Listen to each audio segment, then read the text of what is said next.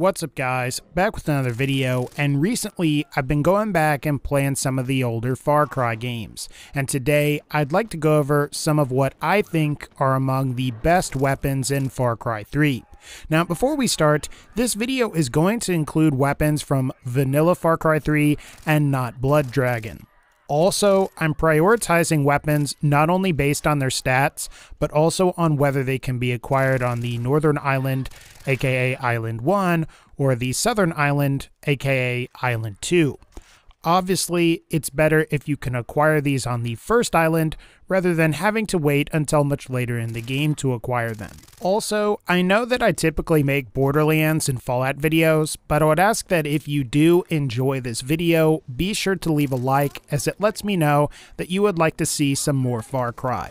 But I guess without further ado, these will be the top 10 best guns and weapons in Far Cry 3 while we wait for Far Cry 5. Number 10, the Spaz 12. Now, I've got to be honest and admit that I'm not really a fan of shotguns in Far Cry 3. However, if I was going to use one, it would have to be the Spaz 12.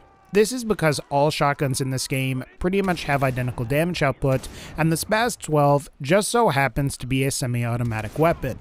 Now, while the Bull shotgun and I think the 1887 both have higher magazine sizes and can be acquired on Island 1 as opposed to Island 2, I think you'll find that the Spaz 12's semi-automatic fire will always beat a pump-action shotgun and a lever-action shotgun. Otherwise, there's not really a whole lot else to this weapon other than the fact that it's really the go-to shotgun for tense situations. So if you would like the Spaz 12, you can acquire one for free after you've activated 13 radio towers. Number 9, the Shadow. So the Shadow is a signature weapon based on Far Cry 3's 1911, and in my opinion, it's really the only handgun that's worth your time in this game. While there are definitely some other great options out there like the 6B9, D50, or even the signature Cannon Magnum that you can get through Uplay, the biggest thing that the Shadow has going for it is that it tends to be the most balanced out of all of the handguns. While the Shadow isn't as powerful as the Cannon or the D50, it has the advantage of coming with a suppressor, thus you may find it's more practical. And unlike the 6P9, which can be suppressed, the Shadow is much more powerful and should deal much more damage per shot. While it takes some effort, you can acquire the Shadow on Island 1 after you've acquired 17 outposts. And while it's worth mentioning that Island 1 in total has about 20 outposts or so, if you like taking outposts before doing the main quests, it might be a good idea for you to go ahead and acquire the Shadow. Just be sure that you have about $2,600 or so, that way you can purchase it once you've liberated those 17 outposts. Number 8, the Ace. When it comes to raw power, the Ace is the #1 choice if you're an assault rifle user. Stat-wise, the Ace is superior to the vast majority of the assault rifles from the first island, and in terms of damage, the Ace sports the highest damage of any assault rifle in Far Cry 3. What's also nice about the Ace is that it's fairly customizable, and you can equip either marksman or reflex sights depending on your preference. And you may also be interested to know that the Ace is free after activating 13 radio towers, so you should be able to get it relatively quickly after reaching Island 2. With all of this said though, there is one major area where the Ace comes up short, and that's that the Ace can't be equipped with a suppressor.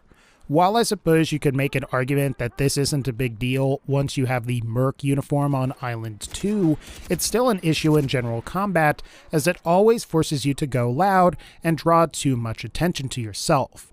On the flip side though, you may find that if you are discovered, you may rather have the Ace's raw power as opposed to having a suppressed assault rifle. I would just say that if you're looking for a great assault rifle, I highly recommend that you at least seek out and try the Ace. Number 7, the GL94. To be honest with you guys, it was a tough decision between the RPG and the grenade launcher. While both are capable of the same amount of damage, the RPG has superior range, while the grenade launcher can fire 4 shots before reloading, and you can carry twice as much grenade launcher ammo when compared to the RPG's rockets. In my personal opinion, I'd rather be able to carry more ammo overall. However, I can't deny that the RPG definitely has superior range and is probably much easier to use for that reason. I suppose it's worth mentioning that you could carry both of these weapons at the same time, and each will have their own independent ammo supply. So I think that's definitely something worth considering if you like to go loud in combat situations. Otherwise, there's not a whole lot else to this grenade launcher. If you want one, you can acquire it after deactivating 8 radio towers. Number 6. The AMR. So the AMR is the most powerful sniper rifle in Far Cry 3.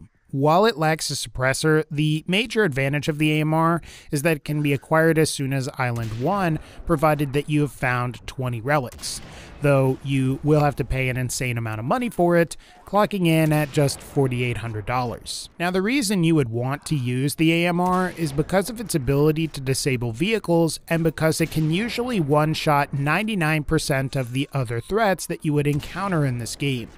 However, the main reason you would not want to use the AMR is because it's absolutely terrible for stealth. In fact, the lack of a suppressor is what makes the Z93, which is a weapon that the AMR is based on, a better choice. Still, if you don't mind creating a lot of noise, or you want to one-shot pretty much whatever is in front of you, it's pretty difficult to not recommend the AMR. It's a great sniper rifle, and I'd recommend that you go ahead and seek one out. Number 5. The recurve bow. So there's a pretty big chance that if you've played Far Cry 3 for any amount of time, that you're likely well acquainted with this particular weapon. Now, you may be surprised to know that the recurve bow is actually capable of an impressive amount of damage, and it will usually kill most generic enemies in one shot. And perhaps the best part about the recurve bow is that it's quiet and ammo is usually retrievable. It's also pretty nice that you can craft fire or explosive arrows. While these aren't retrievable, explosive arrows basically up the lethality, while fire arrows can be used to light things on fire. Otherwise, there's not much else to this weapon other than it's obtained relatively early, as you can receive it for free after deactivating 3 radio towers. The bow is a pretty versatile weapon, and I would recommend that you always keep it in your loadout. Number 4. The Shredder. So, the Shredder is based on Far Cry 3's Vector 45 ACP SMG, and just like the Shadow is for handguns, I'd go as far to say that the Shredder is really the only SMG in Far Cry 3 that's worth your time.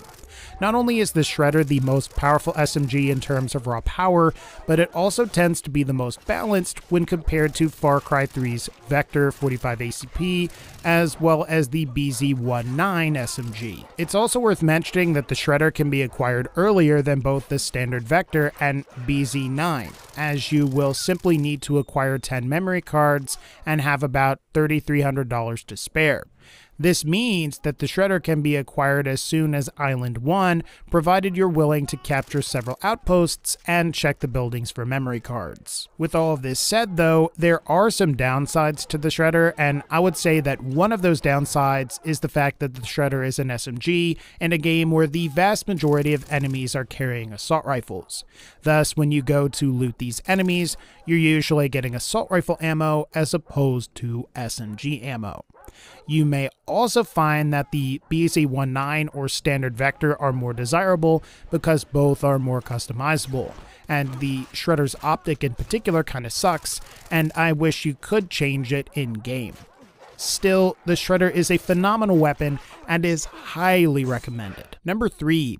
The Z93. In my humble opinion, the Z93 is the best sniper rifle in Far Cry 3. While there are other great snipers available like the suppressed M700 or even the AMR, the Z93 is almost as powerful as the AMR, and unlike the AMR, it can be suppressed. This is a big deal, as you won't constantly be alerting enemies or animals while using a suppressed Z93, thus alleviating you from a lot of the headache. And while the damage isn't quite as high as the AMR's, it's still substantial enough to easily eliminate most enemies. The problem with the Z93 is that while you can use it during certain missions on Island 1, you can't reliably own this sniper until you've made it to Island 2.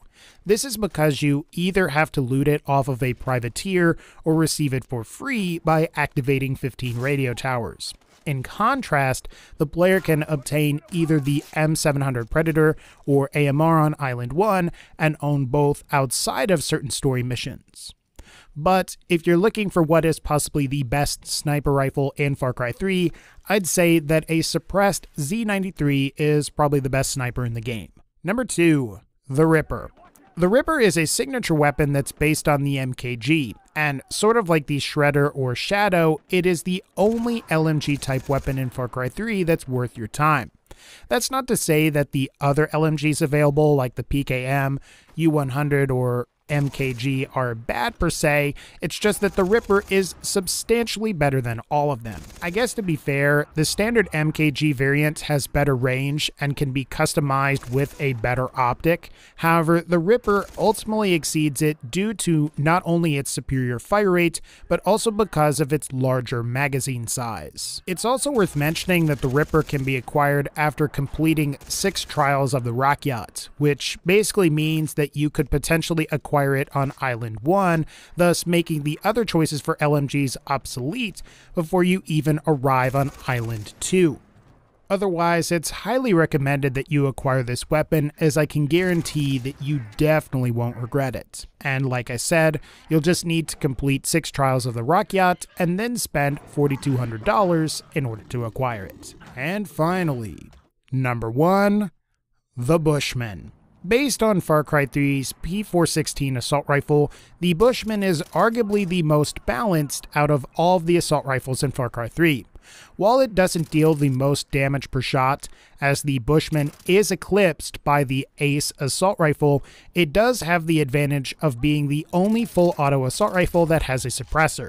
Otherwise, if you want a suppressor on your assault rifle, you have to go with the F1, which is a burst fire weapon, or the MS-16, which is a semi-automatic rifle. Something that I was surprised to learn is that the Bushman has the best range of any assault rifle as well, theoretically outperforming the MS-16 not only when it comes to fire rate and magazine size, but also when it comes to long-range combat as well. While the Bushman is relatively easy to acquire provided you have the cash on hand, the lousy thing is that, like the Ace, you can only get the Bushman once you have access to the second island. Ultimately though, the Bushman has a pretty great feel to it, and if you're willing to be patient and deactivate all 18 of the radio towers, it's definitely one of, if not the best assault rifles in the game, and it may also even be the best gun in the game.